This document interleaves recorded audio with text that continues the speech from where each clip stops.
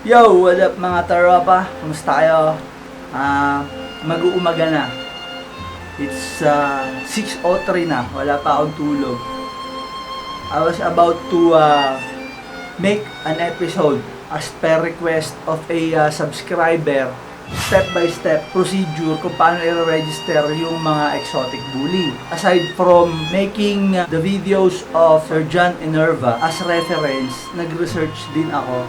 I have found out mga conflicts at mga controversies which surround this iba't ibang registry. Napakaraming registry at kaya ako inumaga ng ganito, napukaw yung interest ko. Of course, we are all in this bully game. I-disclose ko yan sa inyo. Let's proceed muna with the vlog. Bibigyan natin ng commentary at reaction yung videos ni Sir John Inerva at saka natin i-connect sa mga na-discover ko tungkol dito sa mga iba't ibang registries na to para makita nyo kung mayroon bang point o pointless talaga. Di ba pagka may mga nagpo-post yung mga dogs nila for sale, ang daming nilalagay ABKC, UKC, parang paramihan ng registry. But upon checking this one by one, I see no point. Paliwanag ko po sa inyo yan mamaya. Pero hindi ako magra-rant. Oy, pasensya na kayo nung last episode Ano yun? Funny rant lang yun. So now, let's learn kung paano natin i-register yung ating mga puppies pagkabili natin. So here's Sir John Inerva, tapos pag-usapan natin ito later. Nasa screen niyo po ngayon mga kaibigan ang Litter Registration Form International. Yan po yung kung meron kayong sire and dam, tatay at nanay na ABKC registered, pareho po yang merong ABKC number. So if i-fill up nyo lang po yung page 1 na yan. Okay, lahat po ng detalye kailangan nyo pong ma-fill upan. Ano po yung mga detalye dyan? Kailan kayo nag-breeding, date of breeding? Ano yung breed? Karamihan po, American Bullion breed, date of breeding, kailan po na-shoot, date of birth. Alam na po natin kung ano ibig sabihin, kailan pinanganak ang mga puppies. Nandyan din po sa detalye kung ilang lalaki, ilang babae ang lumabas na puppy mo, at yung total. Okay. Ngayon, sa baba niyan, yung sire information, yung informasyon ng tatay, anong pangalan niya, anong ABKC number niya, ano rin ang pangalan ng owner, ano yung personal info ng owner, at saka signature ng owner ang kailangan dyan gawin. Okay, tatanungin dyan kung frozen semen or what, pwede nyo nang i-leave blank yan or pwede nyo i-specify na natural or artificial insemination, although leave it blank na lang. Okay, sa baba niyan, meron din pong dam information. Ganon din po sa sire, ganon din po sa tatay. Sino si dam? Anong name niya? Anong ABKC number niya? Sinong may-ari sa kanya? Anong detalye ng may-ari sa kanya? At pirmado dapat nung may-ari ng inahin. Kailangan po yan ma-fill up ng very accurately kasi po mga kaibigan, yan po ang pagbabasihan para maibigay yung ganito.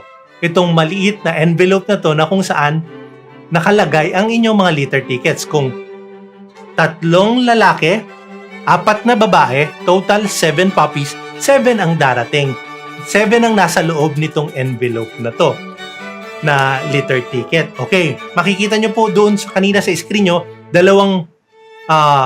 pages po yon. Yung first page yun po yung pinaka-importante. Yung second page po, yan po ay as needed only.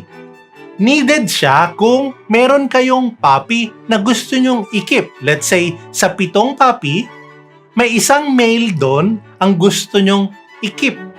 Doon sa second page, susulatan nyo na po siya para maging direct to permanent registration na.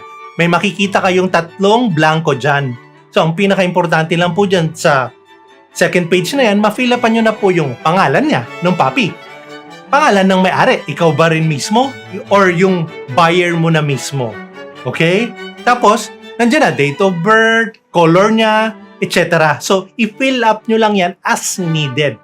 So, again, very important po, litter registration. Diyan na po yung kompletong-kompleto. Okay, tatandaan po ninyo na dapat ilagay nyo po accurately. Huwag na lang po tayo maglagay ng pasobra. lahat po ng pasobra, lumang tugtugin na po yan. Pero hindi ko kayo mapipigilan, sana wag nyo nalang gawin. So kung may 4 na lalaki, 3 babae, yun na lang po talaga yung gawin nyo.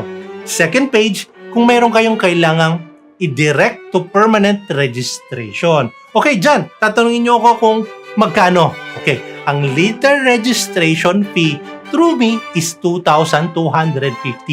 Kahit 20 papi pa po ang nilabas ng inyong inahin, ang form na to, kung ito lang yung i-fill up nyo dahil gusto nyo lang makareceive ng litter tickets, wala kayong i-direct to permanent registration, 2,250 lang po ang ipapasa nyo sa akin. All in na po yan, no hidden charges, wala akong sisingiling pang LBC ko. Nandun na po lahat yun mga kaibigan. 2,250. Okay, what if naman may isa kayo or dalawa kayo na gustong ipadirect to permanent sa 7 papi? Okay, isulat nyo pa rin doon na 4 males, 3 females, pero dito sa pangalawang page, meron kayo isusulat na detalye ng 2 papi na ipapa-permanent registration nyo. Per papi po, kung less than 12 months pa po sila, 2,250 pa rin. Pero kung nagkataon lang na late na kayo nagpa-register, kahit 1-year-old na po ang mga aso nyo, pataas, ang litter registration fee ay still 2,250. Walang penalty yan. Pero pagdating po dun sa ipapa-permanent nyo or direct to permanent registration nyo dyan, 2,750 na dahil more than 1-year-old na. Okay, i-connect ko na kagad. Ngayon,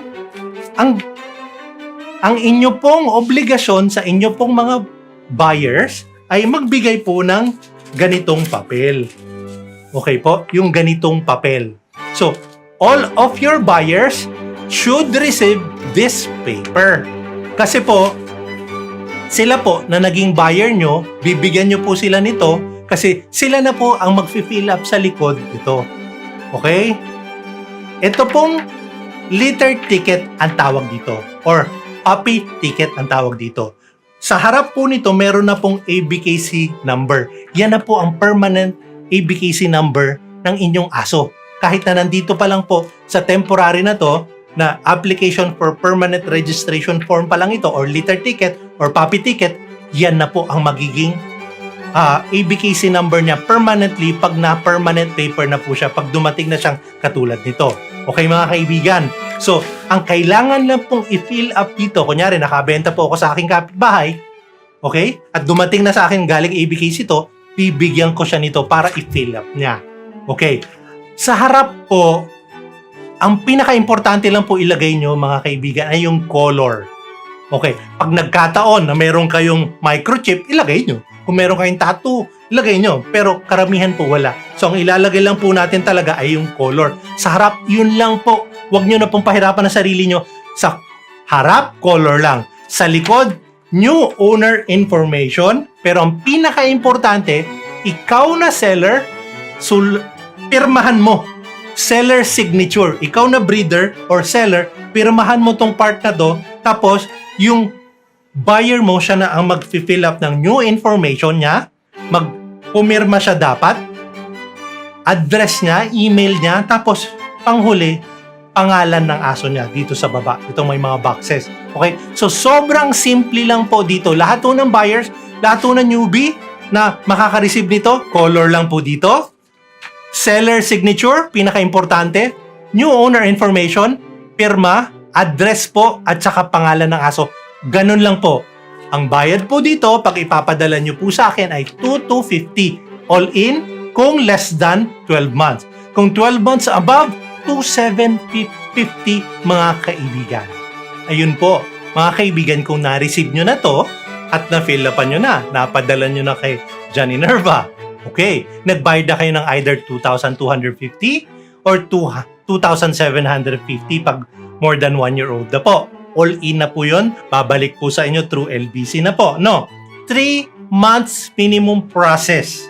Okay, pero kadalasan naman po, shorter than the 3-month period po. Pero sinasabi ko na lang na 3-month po. Pinapangako ko po, darating yan kung napadala nyo sa akin at napadala ko sa ABKC, darating po ang mga papers nyo. So, once na na-fill up nyo na po, kayo po yung buyer, na-fill up, napadala nyo na sa akin, ano po naman ang inaasahan yung babalik sa inyo? Since ito yung litter ticket, puppy ticket, ito po ang babalik from ABKC. Darating po siya, naka-envelope na ganito sa akin. Okay? After few months, 2 months to 3 months, ito po yung marireceive nyo. Ito na po yung may seal, ABKC permanent paper na po ang tawag dito. Nandito na po lahat. At ang very important po dito, may pedigree. Kapag nawala at magre-request kayo ng duplicate form. So very important na mayroon kayong litrato or photocopy ng mga original ABKC paperworks nyo mga kaibigan. Ang singilan po doon ay 1,750 para ma-reprint. Yon, so ganun lang kasimple kapag sa ABKC ka. At alam naman natin sa ABKC ay hindi kasama ang mga exotic bully. So doon kay Duke na nagre-request sa atin na kung paano niya ipaparegister yung kanyang exotic bully. Dukes, kinontak ko na to. Ito si Ral Balse. Siya ang counterpart ni Sir John Inerva. Ay tinatanggap ang exotic bully. And since parehas naman tayo, inihintay ko lang rin yung litter ticket ko galing sa breeder ni Django. At minessage ko na to si Ral Balse. Very accommodating naman siya, hindi niya ako kilala. Kay Sir John Inerva ko lang rin na-mention niya one time nung may nagtanong. Tapos sinanap ko sa Facebook, minessage ko. So I guess wala namang magiging problema. So kung paano ipinaliwanag ni Sir John, more or less, ganun din ang sistema niyan. Sa mga taong magtatanong, ang exotic ba ay hindi American Bully? According po sa site ng American Bully Kennel Club, makikita nyo po dyan, ilalagay ko na rin po sa screen, abkcdogs.org, pakiclick na lang, makikita nyo po dyan kung ano lang po ang 4 na klase ng American Bully as per definition ng ABKC. Ito po yung Classic, Standard, Pocket, and XL. Kung exotic bully ka, hindi ka pwede sa ABKC. Hindi na rin naman ho kawalan mga kaibigan sa mga kaibigan kong may exotic bully dahil napakaraming exotic bully registries. Nandyan po ang ABR, IBKC, IBR, USBR, UKC, Exotic Bully Community Associated Registries na suportado naman yung exotic bully nyo. Sana mga kaibigan ko natutuwa kayo sa mga explanations ko, sa mga videos ko. Mag-subscribe naman po kayo. Kasi napakarami po ng baguhan.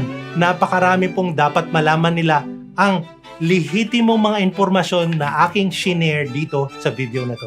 Maraming salamat po mga kaibigan. Thank you Sir John Inerva for that explanation regarding the process in acquiring legit papers for our American bullies. That process from ABKC. So more or less ganun naman yung trabaho ng registry. You have to pay. Aalagaan nila yung pedigree mo, imo-monitor nila as time passes by. Well, I'm just thinking of bakit dumami yung mga registry? Dahil ba dumadami din yung aso at may opportunity ng marami ring kitaan? Ayoko isipin ganon. Kasi, naman, there is work. So, kailangan may compensation. Pero kasi, ang naisip ko dyan, dahil marami yung nagmamanage ng iisang trabaho, nagkakaroon ng kompetisyon at vulnerable yan. Naisip nyo ba? Vulnerable yan sa pagkakaroon ng politika at korupsyon. Gaano ba kalinis ang bawat management ng mga registries na yan? Establish ko yung mahalaga na mahalaga dito yung pedigree. Yun ang nagbibigay kalidad, yun ang nagbibigay importansya, yun yung nagbibigay ng identity sa isang linyada, yung pedigree. Ang ginagawa ng mga registry, register mo sa kanila, ayusin nila yung family tree nyo, bibigyan kanila ng magandang certificate, at habang dumadami yung lahi, ay parami rin ng parami yung pagsubaybay nila sa mga records. And of course, there's the opportunity to grow business. Buti sana kung kada pair mo, diba, kaliwa, tapos meron kasi isang kanan, mag-pair yun, may pairing bonus ka. Power! Yung mga register na yan, di naman open-minded para magbigay ng kita. Power! Well, kidding aside, lahat naman sila yun ang sinasabi. Binasa ko isa-isa kanina, lahat sila ay gustong alagaan yung breed. Tapos dito nga sa atin, kung mapapansin mo, yung mga enthusiasts, yung mga dog lovers, kinakabit nila doon sa credential ng mga aso nila, kung ano-anong registry meron doon. Minsan nga, pahabaan pa. Okay, si ABR, ABKC. Would that matter ba talaga? Marami kang registries na ang trabaho lang naman nun ay mag-record ng breeding. Oo, medyo mahirap nga naman yon. Pero bakit nagko-cross-cross pa? Nagkakaroon pa ng inter-registry. At itong mga registry na to, napansin ko, lahat sila may kanya-kanyang pa-event. At syempre, business na naman yon. Hindi ka pwedeng sumali kapag hindi ka registered doon. May expose pa ako mamaya na eye-opener. Panoorin muna natin itong video na pinublish ni Sir John May of 2019. Tapos bubuklatin natin some of the registries na research ko talaga agabi. Let's see. Napakarami na natin dito sa American Bully Breed dito sa Pilipinas at sa buong mundo. Pero alam nyo bang isang common denominator? Litong-lito sa papel. Dahil napakaraming registry. I-explain ko kung ano ba talagang pagkakaiba ng UKC at ng ABKC at ng iba pang mga registry. Bakit nalilito ang American Bully Community? Dahil napakaraming registries. Pero mag-dwell lang ako sa dalawa, yung ABKC at UKC. Nabanggit ko na noong unang panahon, pitbull mga yan eh. So, yung UKC, meron talaga silang UKC, American Pitbull Terrier. So, sa kinatagal-tagal ng panahon, UKC ang papel nitong mga bully lovers noong unang panahon sa Amerika. Nung naiuwi na rin dito yung bully sa Pilipinas, UKC rin yung kanyang papel. Pero, pitbull yung breed name. So, kayo malilito, no?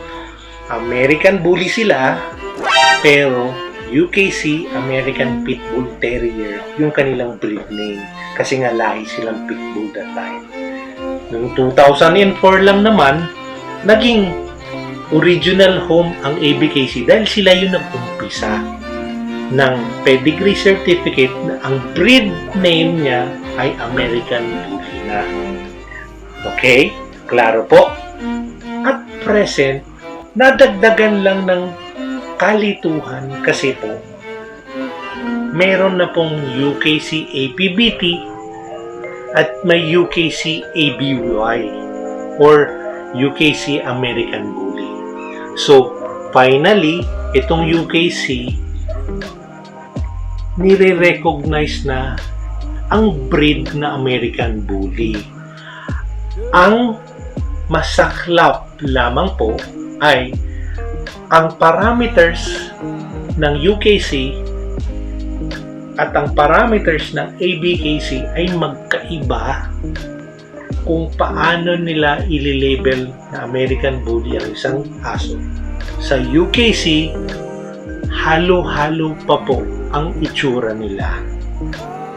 Ang mas malinaw, hindi man perfecto, ang mas malinaw na parameter ay ang ABKC. Again, sabi ko hindi ito perfecto. Meron rin naman itong gray area. Hindi ito perfecto. Pero malinaw po sa kanila kung ano yung gusto nilang tawaging American Bully. Sana in the near future ay matapos na yung pagpapapapel sa mga asong walang papel. Explain ko po. Hindi ko po dinidiscriminate ang mga American Bully na walang papel. Lalong-lalo na sa mga newbies na nakakabili ng walang papel. Pero sana eventually ang mga registries na nag-o-offer pa ng single registration for non-paper dogs ay eventually magsara na. Bakit? Kasi hanggat itong mga registering ito ay open forever for single registration, forever din na mananatiling mayroong mga irresponsible, ulitin ko, irresponsible breeders na benta lamang ng benta ng aso nilang walang papel at ang sasabihin nila sa mga buyers nila, wala mang papel to, mura mo bilhin, pero kausapin mo lamang itong si ganito at si ganyan, eventually, magkakaroon ka na ng papel. Ano po ba ang masama sa ganong sitwasyon? Ang masama sa ganong sitwasyon, una, hindi ho matututo itong mga irresponsible na to. Ipagpapatuloy lang po nila yan. Pag sinabi pong irresponsible, sinasadya po nila na wala naman talaga silang effort magkaroon ng papel yung aso nila. Pangalawa, di kahit anong klaseng mix, basta in-apply mo sa mga registries na tumatanggap ng walang papel, may chance kang makalusot. Naiintindihan nyo rin po kung saan ako nanggagaling. Kung bakit nangangarap ako eventually na ma-close na ang single registration for non-paper. I totally agree with Sir John Inerva. I am 100% in belief of his advocacy. Kailangan natin pangalagaan yung breed. Otherwise, darating ang panahon, mababaliwala rin yung mga registrations na yan coming from all other registries na nagpapanggap na poprotekta sa bully breed. Nagsimula ako kagabi ng alas 6, dire-diretso kong binasa, ni-research yung mga known American Bully registries just to discover some controversies. Pero tayo sa level na to, masyado natin silang pinaniniwalaan. Which is, ang interest lang naman natin ay documentation at pangangalaga ng pedigree ng ating mga aso. I am really concerned and interested in exposing itong mga natuklasan ko na maaaring hindi alam ng ibang dog lovers, especially the American Bully followers. Pero I'm not the one to judge. Bahala na po kayong humusga sa mga katotohanang aking napuna na magde-debunk sa marami nating pinaniniwalaan about dog registry. Sinabi ko sa inyo kanina, meron ako mga expose. 20 oras na ako ipit sa interest ko tungkol dito. Dahil nga rin, I'm more concerned dun sa advocacy. Kung pababayaan yan, ang paglipana ng mga American Bully na hindi nakarehistro at hindi alam ang pedigree, tapos biglang napapilan, magkakaroon na yan ng contamination, bababa ang kalidad ng American Bully, bababa ang popularidad, maaring mabaliwala na lang pagdating ng panahon. Kaya I believe na sa kampanya na wag nating pabayaan yung proliferation ng single registry. Andyan sila, so be it. Pero wag nating napabayaan kasi sila yung baka hindi naman sa pagano, baka sila sa kanila manggaling yung contamination. Why we should get a pedigree dog and why we should preserve it. What people tend to mean by pedigree is a family tree where each family member was registered on a pedigree dog registration scheme, such as the Kennel Club and the Dog Society. Okay, let's start for you to see, guys. By far, for me, the ABKC is the most reliable. Ang ayoko lang kasi nga rito, they act so purist. Like me, I am an exotic bully lover, hindi pwedeng i-rehistro sa ABKC dahil 4 lang kilala nila, Standard, Pocket, XL, and Classic.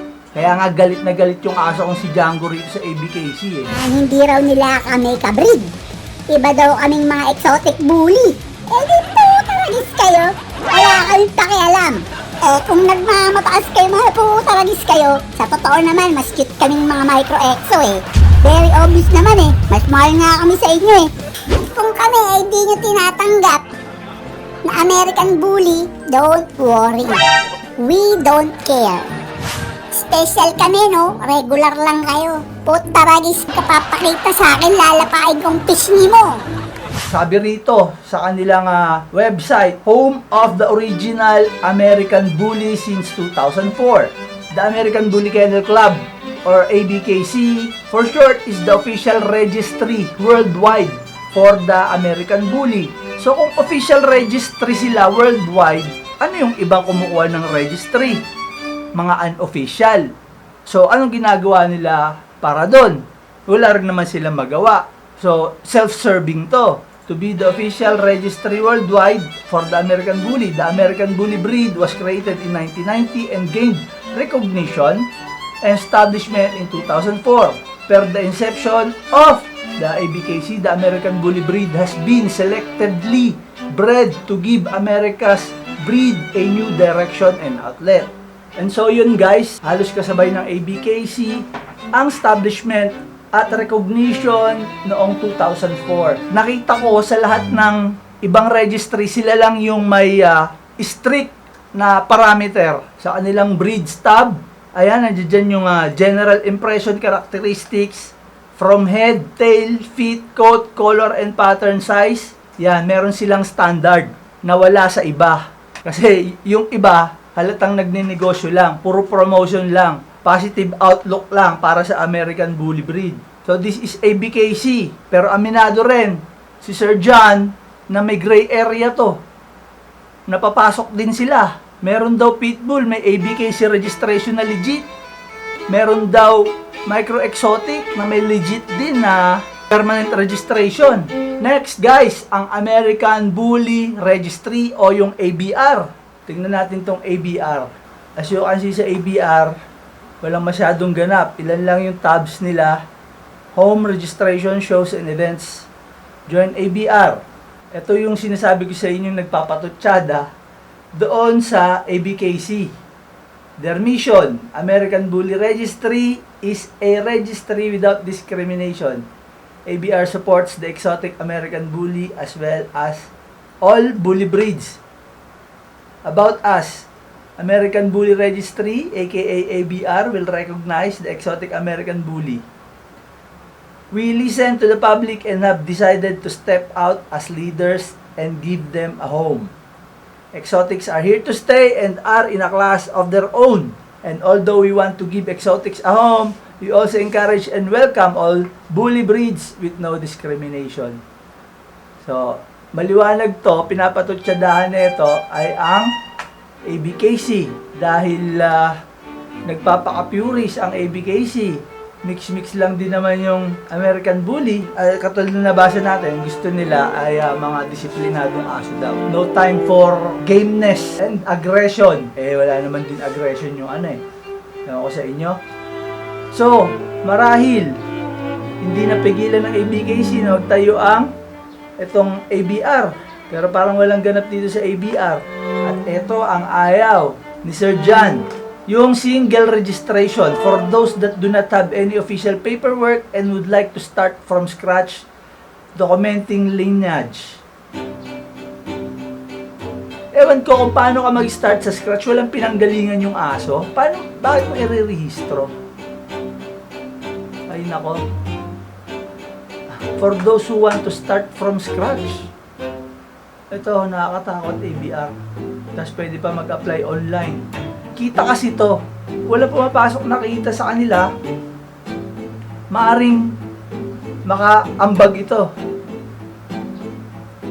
So, pumapayag sila ng single registration for those that do not have any official paperwork and would like to start from scratch. Sino yun? I-document mo yung lineage. Hanggang ang official pedigree ay hanggang third generation. So, mga magulang mo, lolo mo, tsaka yung lolo lola mo, kung mag-start to sa scratch, kailan pa yan? Wala, parang sobrang bakante na itong website ng American Bully Registry. Yung kanilang website ay copyright 2020. Tingnan natin yung Facebook. Merong ABR Philippines. Page created March 2017. So, mala-mala, mga 2017 ito na-establish. Maybe because of ang nag-trigger sa kanila, kinuha nila kung saan walang may offer yung ABKC, and that is yung registration ng exotic bully. Please enlighten me, guys. Kasi yun yung nila battle cry nila Next, ang USBR. US Bully Registry. US Bully Registry is an organization founded to provide network of support, education, and documentation of bully breeds. Andito yung kanilang mga officer. Ang officer nila, ang presidente nila ay German Shepherd, si Edward Shepherd. At lahat halos ng website ng mga registry na ito ay merong the shows or dog shows. So what does that mean? There's business on putting up dog shows. Establishment nyo, ito, 5 years ago, 2016, US Bully Registry, all rights reserved. So these are young registry who wants to conquer the world. Documentation ang kanilang hanap buhay. Ang sumunod ay ang IBKC, International Bully Kennel Club. About our mission. Our mission is to generate money. International Bully Kennel Club's mission is to unite nations across the world for the love of the bully breeds and promote, register, show, award, educate, defend against breed-specific laws and regulations. The International Bully Kennel Club is dedicated to uphold the integrity and standard of the registry. IBKC advocates for a bully breed as a family companion, good canine health and well-being, protects the rights of all dogs. The International Bully Kennel Club officially recognizes the American bully breed and various other bully types of breed across the world. An organization that recognizes and gives credibility to the American bully breed in every jurisdiction in any nation. Kailangan natin malaman kung kailan sila na-established. Kasi otherwise, para tong yung tok-tok, nagbebenta ng franchise na negosyo, start-up sila, start-up business, pero nagbebenta ng franchise. Di ba parang katangahan? Kaya nga magbebenta ng franchise dahil subok na yung business. Ito, magbebenta ka ng franchise na yung business hindi mo naman alam kung magiging successful. At ewan ko kung bakit marami rin naluloko yung tok-tok. Tira tok-tok. Hindi nakalagay kung kailan established. Tingnan natin sa Google. Ito, International Bully Kennel Club. Business profile. P.O. Box 5423. Customer complaints. 2 complaints closed in last 3 years. Puro tagtag pala ito ng complaints Most recent customer complaint. Complaint type. Delivery issues. Ang sabi ng complaint, I had submitted an online application, paid rush and fees. Never received my papers. They have not answered any calls, emails, texts. Paid for registration, paid for rush fee, for puppy litter registration, paid rush fee, paid online with my Visa card. I would like to refund of both rush fees for a total of $25 or all the amount of $75 since they were not delivered in 3 to 5 business days. Sumagot ang International Bully Kennel Club, spoke to customer on phone and issued full refund. Ito, company profile nila. So kayo, dito kayo magparehistro. Company profile, annual revenue, $84,736. Employees, siyam lang ang employee. Year started, last year lang pala. Ayan mga kaibigan, palpak. Ito ay ayon sa DNB Business Directory. This is the International Bully Kennel Club. Look at their logo. May flag of all nations.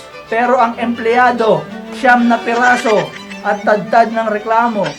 Kayo na bahala ng musika po Ito naman, World Bully Registry. Home. Our world. Music pa. About us. Ito, ang presidente, si Juan Mejia. Our WBR team pursues an objective educational support to the community to fight against cancer, since many have lost loved ones who have fought against this disease. Mula doon sa kanilang canine event, nag-venture sila into putting up a world registry without stating their capability, their capacity to put up such firm. Bakante rin ang kanilang Next, IBR, the International Bully Registry, or IBR, was established in 2015 by George Soto. Kung hindi ako nagkakamali, si George Soto rin ang gumawa ng ABR. So gumawa pa siya ulit, IBR naman. So talagang magandang negosyo ang pagtatayo ng dog registry to provide a home for the exotic breed as well as all other breeds. May apparel siya. May shows.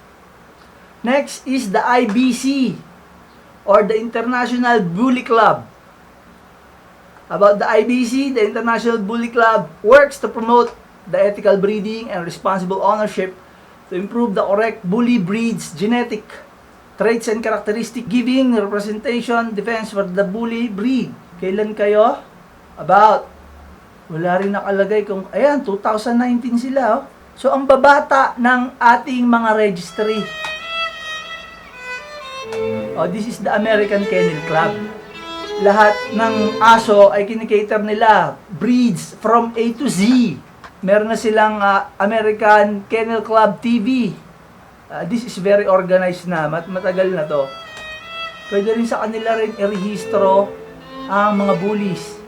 September 17, 1884, a group of 12 dedicated sportsmen responding to a meeting call met in the rooms of Philadelphia Kennel Club in that city. Each member of the group was a representative or delegate from dog club that had in the recent past, held a bench dog show, had run field trials. This new club of clubs pala to. So this is, may time highlight sila. So matanda na po itong American Kennel Club. At ito ang UKC. History of UKC or United Kennel Club. Ang UKC is well established na rin. Okay, so ang nagtayo noong February 1898. So itong karibal, itong kalaban ng American Kennel Club. Halos magkasing edad sila. Si Chauncey Zachariah Bennett. Ang UKC, magagalit sa inyo si John Inerba. Because the UKC is offering single registration. The dog, completed UKC application, single registration form. The dog must be at least 6 months of age. Dito magkakaroon ng contamination. Bakit guys? Pwede, this is very open. Kasi yung mga walang papel, so be it. Walang papel. Let them remain as unpapered or non-papered. Wala namang discrimination, but let us not contaminate yung mga aso natin. Binasa ko sa inyo kanina yung meaning ng pedigree. What if I don't know the owner of the sire or dam at the time of breeding? When submitting a single application for hindi kilala ng may-ari ng asong na ipaparehistro yung sire at dam. Parang ganun din to, sinasabi kanina ng ABR. Pero i-rehistro nila. Starting from scratch, as they say.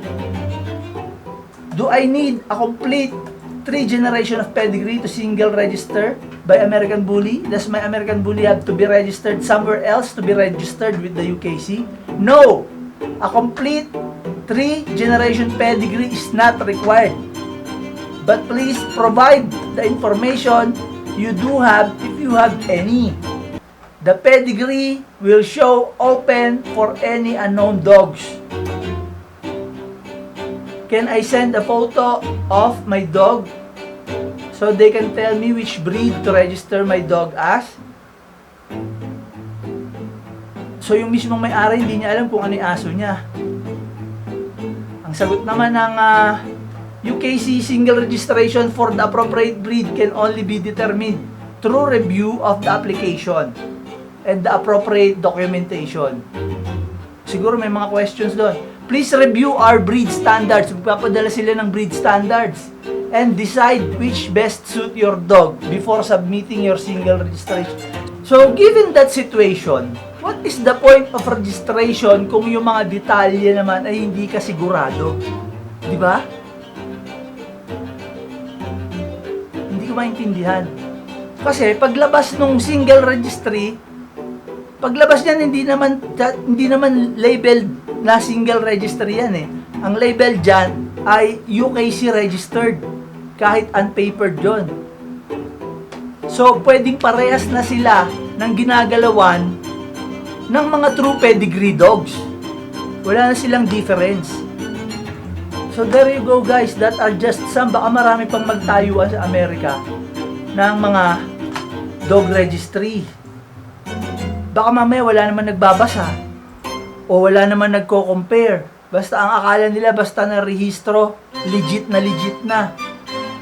And aside from gusto kong maging compelling yung thumbnail ko, this is what I did sa aking thumbnail. Inisa-isa ko yung logo. Ang tagal kong ginawa to. Saan ko dito paparehistro ang bully ko? Eh kung sa Omelec na lang kaya. So guys, that is just the status for you to be aware of bilang tayo ay nasa bully game. Ewan ko, sana I can get the comment of Sir John Inerva. Yung gusto niya, yung advocacy niya na mawala na yung single registration, para ngayon ay mayroong legalization. Dahil yung mismong ABR at UAC ay nag-offer ng single registry and labeling it na those who want to start from scratch. We just don't know. So guys, again, at least you have the power because we have shared knowledge. Knowledge is power. And if you will notice guys, itong dalawang logo na to, itong dalawang magandang logo na to ay we have a Filipino-based registry. Hindi ko binuksan yung kanilang website. I don't want to spoil them and I don't want to preempt. Mga kababayan natin yan, I don't want to comment. But all I can do is wish them good luck, and I'll wait for what they can do as we have discussed yung mga kapalpakan ng ating mga registry.